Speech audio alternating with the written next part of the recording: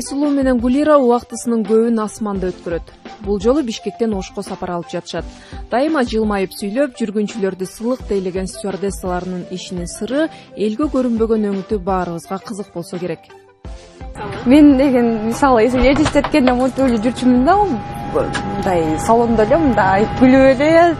Азыр на самом деле башкача экен да, иштейсиң, бул жакта чуркайсың, көп жумуш кыласың. А на самом деле элестеткенде мне казалось, что түн эле монтип эле каблук кийип алып эле, анан кечкече пилотка кийип алып эле күлүп тура беребиз депчи пассажирлар менен иштейбиз да. Андай болгон жок да.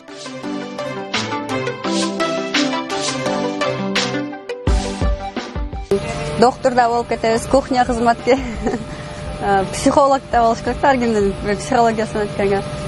Да, мне ошо ар кандай да ситуациялар болот, жана сиз айтып кеткендей, от чыгып кетсе, ошо отту өчүргөнгө, мисалы бизден колледжде окуп жүргөндө эле ошого үйрөтүп баштады да. Бир жерде от чыгып кетсе, ошо отту убагында өчүрүп коюш керек. Же паника башталса, пассажирлерди успокаивать этиш керек, жүргүнчүлөрдү. Бирөө ооруп калат да, күн эле учуп жүрүшпөйт да, анан бир учуп калса, давлениясы көтөрүлүп же түшүп кетип болот да, аны лечить этебиз, давлениясын текшеребиз, ал убакта доктор болуп калабыз. Бортто коштоочулардын сырткы келбетинен сырткары ден соолугу чың, ыкчам болушу, кыргыз, орус, англис тилдерин билиши, так сүйлөөсү, жүргүнчүлөрдүн табитин тааный билүүсү, аларга мамиле жасоонун үлгүсүн көрсөтө алышы, жүрүм-турум эрежелерин мыкты сактай билиши шарт. Бир учакта 3 бортто коштоочу болсо, алардын ар биринин өз милдети бар. Негизи бунун баары үйдө эле жүргөндө башталат. Бизге болсо телефондорубузга СМС катары наряд келет. Расписание, ким кайсыл жерге учат, ким эс алат, ошол келет. Анан бизге болсо ошо телефондон эле көрүнөт, кимдин мындай 1-чи, 2-чи, 3-чү деп номер менен жазат да. Ким кандай катарда жазылса, ошол жумуштарын аткарат. Бүгүн 1-чимен, бизде 1-чи болгондо бригадир деп коет. Мен бүгүн өзүмдүн жумуштарымды аткарам, бригадир. 2-чи номер болгондор кухняда иштейт. 3-чү номер болгон багаж принимать этет.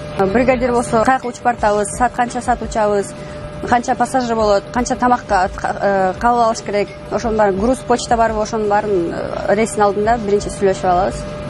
Ошентип жүргүнчүлөр босогон аттап киргенге чейин стюардессалар учактын ичиндеги техникалык, коопсуздук шарттарын текшерип, дары-дармек, тамак ашын даярдап, тазалык, ыңгайлуулук сыяктуу баардык шарттарды түзүп коет.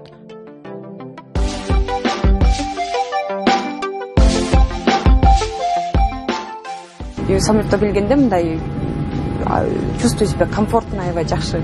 Үйдө жүргөндө эле жүрөм да, как будто менин үйүмө конокко пассажирлар, коноктор келген, анан ошолор тозуткансып эле отургузуп анан иштеп жүрө берем да, үйдө жүргөндө эле. Бир рейске учуп бартканда ошо 106 киши болсо, элестесеңиз, ар бир кишинин өзүнүн характери болот. Кээ бир кишилер жакшы настроение менен учуп барса, жакшы, например, может, биринчи жолу учуп барат да, жакшы күлүп сүйлөшүп ошентет да, бизди карап суктаныпчы.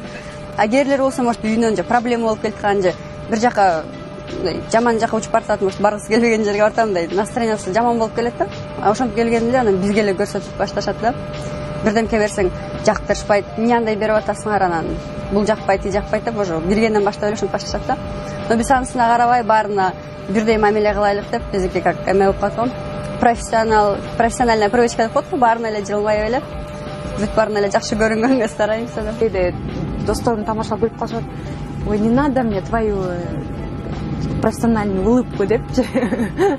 Мындай нормальный күлчү депчи, от души күлчү бир деп.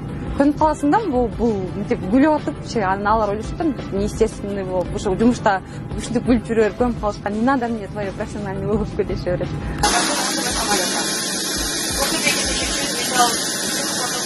Биз бортто коштоочулукту дайыма аялдын кесиби катары элестетебиз.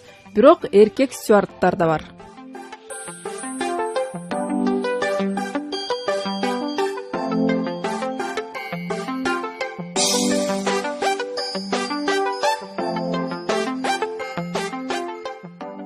Шайма-шай даярдыктагы стюардессалар кирип келаткан жүргүнчүлөрдү мына ушинтип тосуп алып, алыскы сапарга коштоп жөнөшөт.